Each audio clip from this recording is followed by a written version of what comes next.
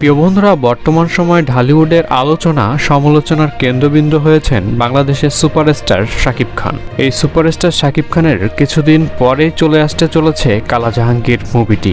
মানে সামনে ঈদ উল ফিতরে মুক্তি পাওয়ার কথা রয়েছে এই কালা জাহাঙ্গীর মুভিটি। আর ইতিমধ্যেই শুরু হয়েছে দর্শক মহলে আলোচনা সমালোচনা। শাকিব খানের এই কালা জাহাঙ্গীর মুভিতে অভিনয় করতে চলেছেন অফার বাংলার জনপ্রিয় অভিনেত্রী মধুমিতা সরকার।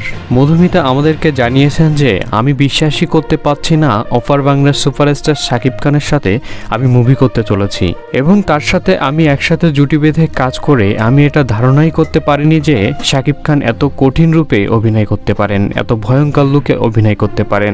শাকিব খানের ডায়লগ বলার স্টাইল এবং তার চোখ এবং তার ক্যারেক্টার আমাকে মুগ্ধ করেছে। তবে এই সূত্রে জানা গেছে যে শাকিব খানের এই মুভিতে তার ভয়ঙ্কর একটা চরিত্র রয়েছে।